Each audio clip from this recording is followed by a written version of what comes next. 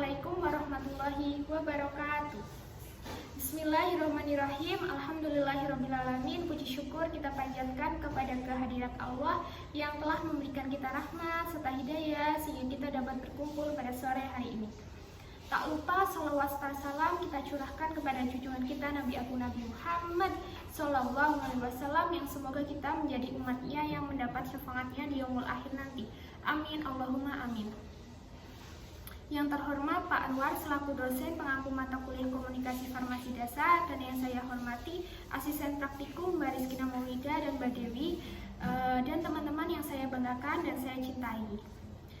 Perkenalkan, saya Fadila Eka Kustina dengan NIM 2023-05031. Di sini saya akan menyampaikan sebuah kultum yaitu tentang obat dalam perspektif Islam yang semoga dapat menambah wawasan teman-teman semuanya di sini.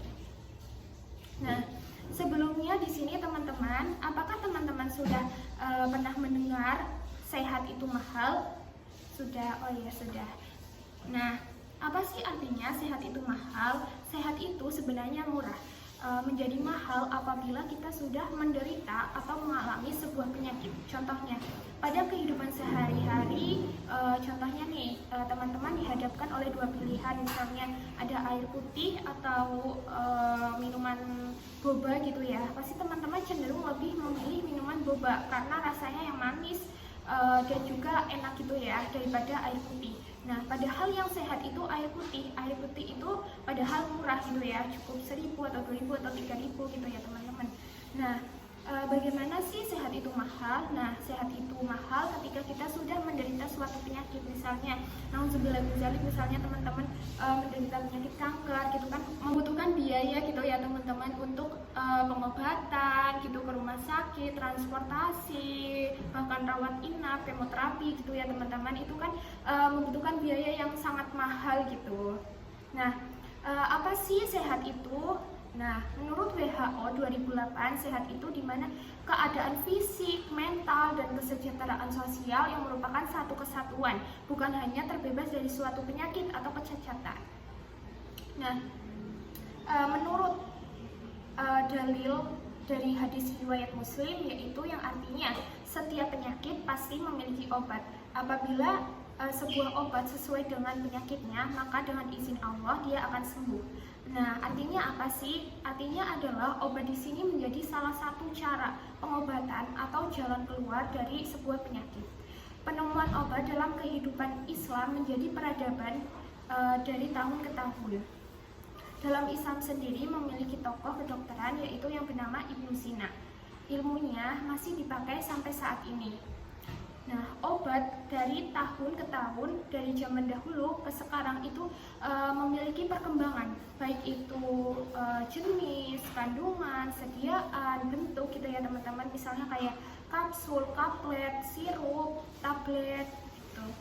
Nah, dari tahun ke tahun, bahkan akhir-akhir ini gitu ya teman-teman, obat yang awalnya menjadi jalan penyembuhan gitu ya, yang fungsinya menjadi pengobatan atau penyembuhan, malah disalahgunakan oleh oknum-oknum. Obat itu ditambahi dosisnya gitu ya, suatu zat yang menyebabkan tubuh kita itu tidak sadarkan diri. Oleh karena itu, Majelis Ulama Indonesia atau MUI mengeluarkan fatwa nomor 30 tahun 2013 tentang obat dan pengobatan.